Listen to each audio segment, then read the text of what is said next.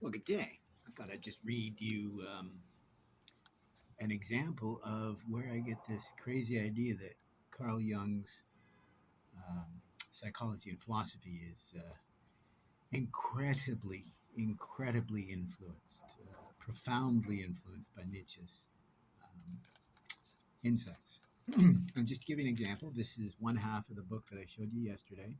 This is the Genealogy of Morals in Attack. And the preface outlines exactly what I'm talking about. If you ever heard of Carl Jung's individuation, here it is.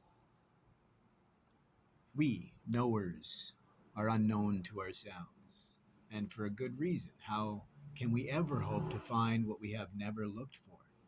There is a sound adage which runs, quote, where a man's treasure lies, there lies his heart, end quote. Our treasure lies in the beehives of our knowledge. We are perpetually on our way thither, being by nature winged insects and honey gatherers of the mind. The only thing that lies close to our heart is the desire to bring something home to the hive. As for the rest of life, so called experience, who among us is serious enough for that, or has or has time enough? When it comes to such matters, our heart is simply not in it. We don't even lend our ear. Rather, as a man divinely abstracted and self absorbed, into whose ears the bell has just drummed the 12 strokes of noon, will suddenly awake with a start and ask himself what hour has actually struck. We sometimes rub our ears after the event and ask ourselves, astonished and at a loss, what have we really experienced? Or rather, who are we really? And we recount the 12 tremendous strokes of our experience, our life, our being, but unfortunately count wrong. The sad truth is that we remain necessarily strangers to ourselves. We don't understand our own substance. We must mistake ourselves. The axiom, quote, each man is farthest from himself, end quote, will hold for us to all eternity. Of ourselves, we are not knowers. So there's Carl Jung's individuation. And also when he says, where a man's treasure lies, there lies his heart. It's what he explained in Zarathustra. Remember, Genealogy of Morals is one of his last books. So I argue, right or wrong, I believe that Nietzsche would have expected you would have read his other work and had an understanding of his philosophy and would have picked up this idea. In fact, his gestalt is also in the beehive of our knowledge, right? Because our experience, our imagination, our preferences, everything gets laid down very similar to the Buddhist idea of the storehouse of consciousness. This is your eighth consciousness, the alaya vijnana.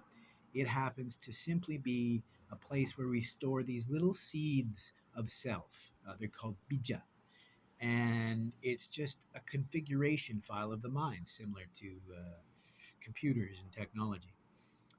And to empty the storehouse, all you need to do is know who you truly are. And to the Vedantin, that's simple. You are the Atman, the universal Brahman. So nothing in that storehouse is you, and thus can be emptied in a moment of realization. Not that dissimilar from the Tantric Buddhist perspective.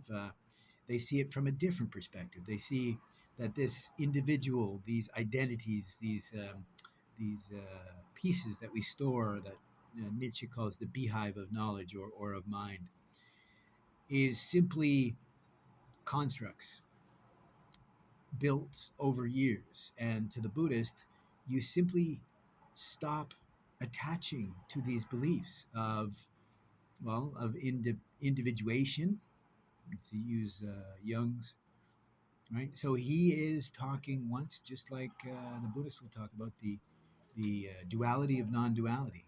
So he's talking about individuation, but that only happens within the group context. So you only know who you truly are by knowing what you're not, right? Hannah Arendt's via negativa.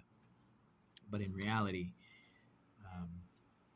as he says, we know nothing because we choose to not go and look.